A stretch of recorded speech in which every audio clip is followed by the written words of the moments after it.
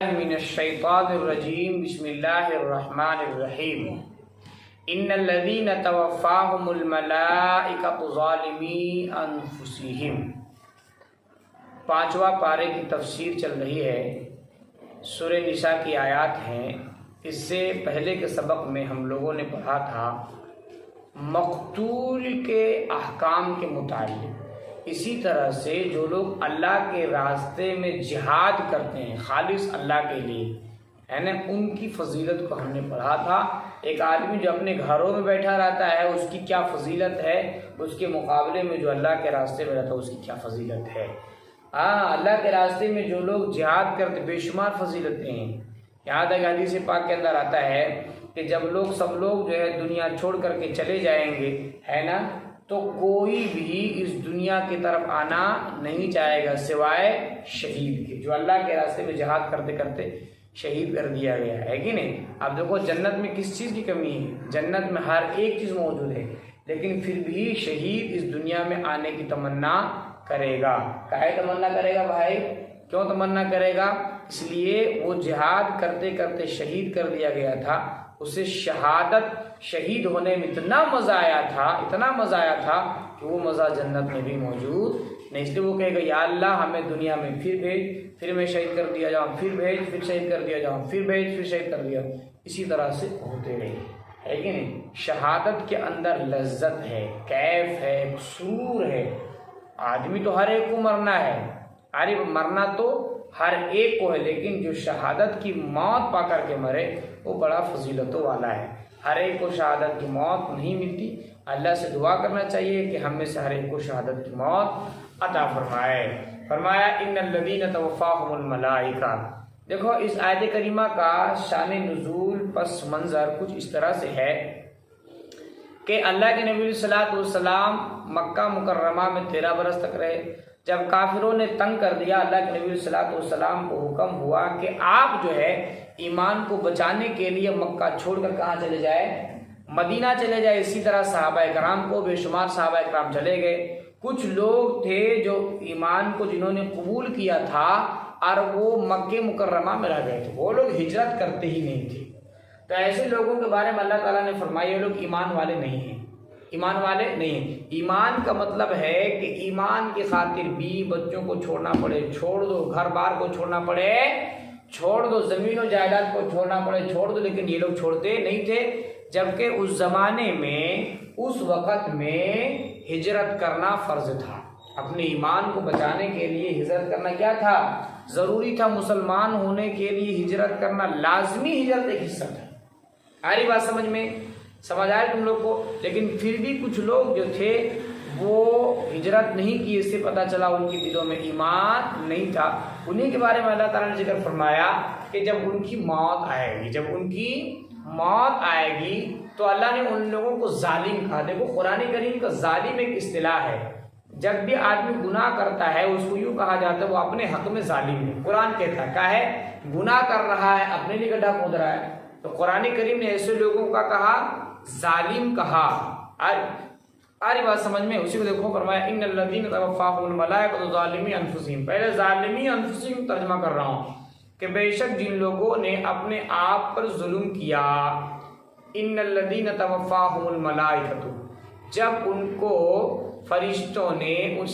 لوگوں کو فرشتوں نے توفا موت دی، ان کی روح کو کھینچا، قالو اور کہنے لگے، فرشتے ان سے پوچھنے لگے ایسے کافروں سے جو آدھا ایمان میں تھے آدھا کفر میں تھے، بلکہ پورے کافر ہی کہہ لو، ہے کہ جب ہجرت کرنا فرض ہے تو ہجرت کرنا چاہیے، ہجرت ان لوگوں نے نہیں کیا ہے نا۔ جب روح کو کھینچنے لگے فرشتے تو کہنے لگے قالو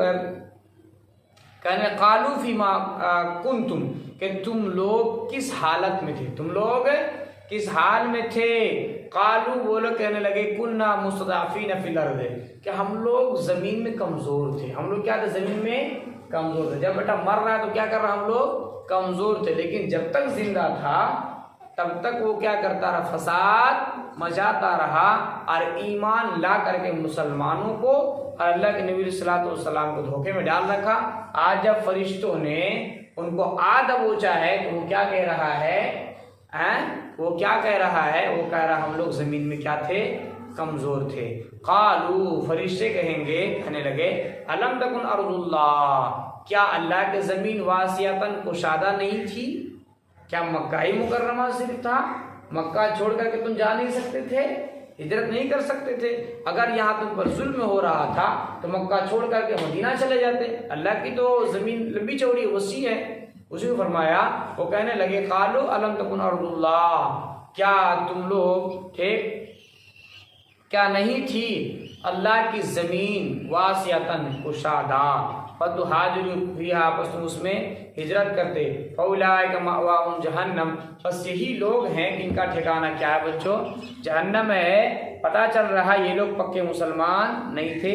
وساءت مصیر، اور بہت برا ٹھکانہ ہے، یا بہت برا لوٹنے کی جگہ ہے۔ الا المستضعفین من الرجال، یہاں سے اللہ تبارک و تعالیٰ نے ان لوگوں کا استثناء فرمایا ہے کہ جو لوگ مکہ مکرمہ میں مسلمان تو تھے، ہے نا، تو جب مسلمان تھے تو ان لوگوں کے لیے کیا تھا؟ ہجرت کرنا فرض تھا۔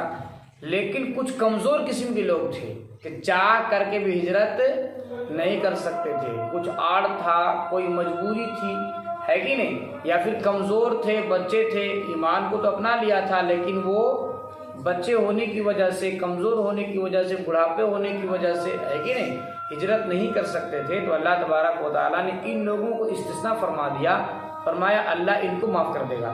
لیکن جن کے پاس طاقت تھی، قوت تھی، وہ اپنے ایمان کو بچانے کے لیے مکہ چھوڑ کر کے مدینہ وہ جا سکتے تھے، لیکن اس کے باوجود ان لوگوں نے نہیں گیا۔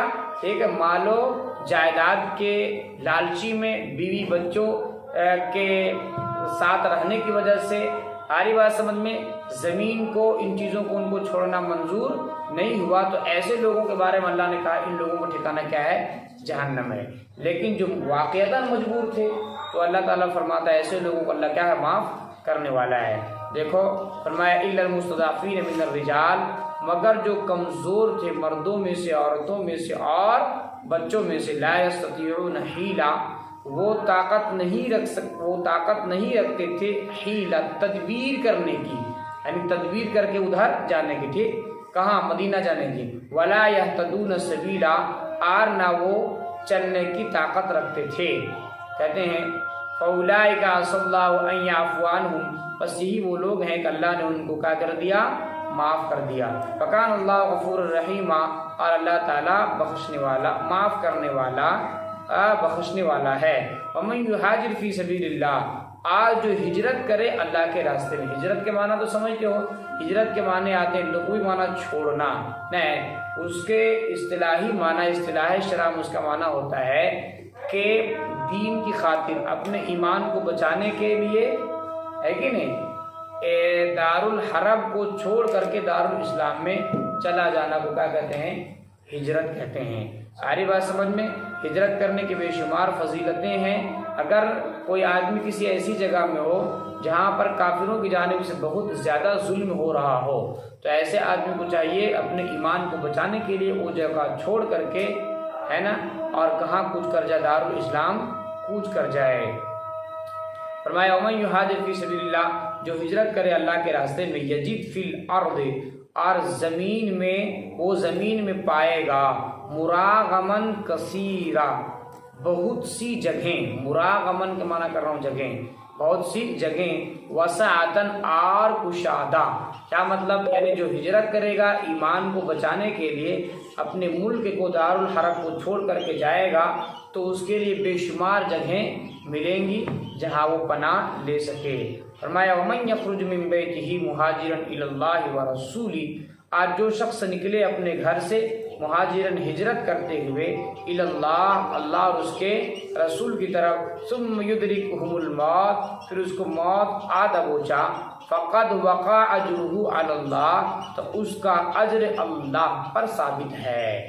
ساری بات سمجھ میں؟ ایک آدمی ایسا ہے جو ایمان کو بچانے کے لیے اپنے گھر سے نکل پڑا، ہجرت کر گیا، راستے میں اس کو موت نے آپ دبوچا، موت اس کو آ گئی، تو اللہ کہتا اس کا اجر اللہ کے ذمے ہے، اب جب اللہ کے ذمہ ہر ایک کا اجر تو اللہ ہی دیتا ہے، لیکن یہاں اللہ تبارک و تعالیٰ ان کی فضیلت کو بیان فرماتا ہے کہ ان کی جو فضیلت ہے بڑا اونچا ہوگا۔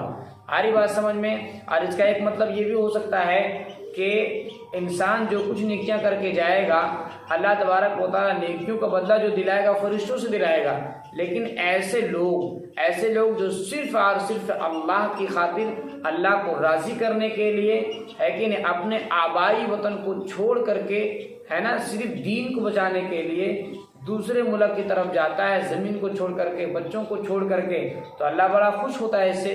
تو اللہ کہتا ہے ایسے لوگوں کا اجر میں اپنے ہاتھوں سے دوں گا۔ اس کا ایک مطلب یہ ہے فقط وقع اجر اللہ، تو اس کا اجر اللہ کے ذمہ ثابت ہے۔ فکان اللہ غفور الرحیم، اور اللہ بخشنے والا رحم کرنے والا ہے۔ فَإِذَا ضَرَبْتُمْ فِي الْأَرْضِ، آج جب تم لوگ ہو یا تم لوگ چلو فی الارض زمین میں، فلیس علیکم، یہاں سفر مراد ہے، آج جب تم لوگ زمین میں سفر کرو، یوں ترجمہ کر لو، فلیس علیکم جناح، بس تم پر کوئی حرج نہیں ہے، ان تقصروا من الصلاۃ، یہ کہ تم لوگ کم کرو نماز میں سے۔ اس کو کیا کہا جاتا ہے؟ قصر کرنا۔ آ رہی یہاں بات میں، آ رہی سمجھ میں؟ اللہ تبارک و تعالیٰ نے یہاں قصر کو بیان فرمایا ہے، فرمایا کہ جب تم سفر میں ہو تو اپنے نمازوں کو کیا کرو؟ قصر کرو، یعنی 4 کی جگہ 2 ہی پڑھو۔ تو 4 رکعت والی جتنی نمازیں، فرض نمازیں ہے نا، ایک مسافر کے لیے اگر وہ تنہا نماز پڑھ رہا ہو تو اس صورت میں 4 کی جگہ کتنے پڑھنا ہے؟ 2 رکعت پڑھنا ہے۔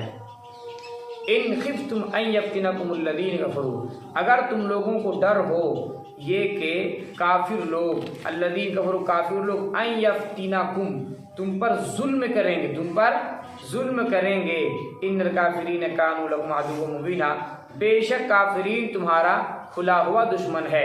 یعنی اللہ تعالیٰ کہنا یہ چاہتا ہے کہ یہاں یہ بیان کرنا چاہتا ہے کہ اگر تم سفر میں ہو، کافروں سے جنگ کی حالت میں ہو، جنگ کر رہے ہو، اس وقت میں تم لوگوں کو کافروں سے ڈر ہو کہ اگر ہم نماز میں مشغول ہوں گے وہ ہماری جان سے مار ڈالیں گے، اس صورت میں نمازوں کو تم کیا کرو؟ قصر کرو، ہے کہ نہیں؟ لیکن دیگر آیات اور احادیث سے پتہ چلتا ہے، یہ ہو سکتا ہے ابتدائی اسلام کی بات ہو، شروع کی بات ہو، اس سے پتہ چلتا ہے، بعد کی آیتوں سے اور بعد کے احادیث سے پتہ چلتا ہے کہ اب جو ہے کوئی بھی مسافر ہو، خواہ وہ جنگ کی حالت میں ہو یا نہ ہو، اگر کوئی بھی آدمی سفر پر ہے تو اس صورت میں وہ 4 رکعت والی جو نمازیں ہیں، فرض نمازیں، اس کو 2 ہی رکعت پڑھنا ہے۔ اللہ نے فرمایا ان الکافرین کانوا لکم عدوا مبینا، بے شک کافر تم لوگوں کا کھلا ہوا دشمن ہے۔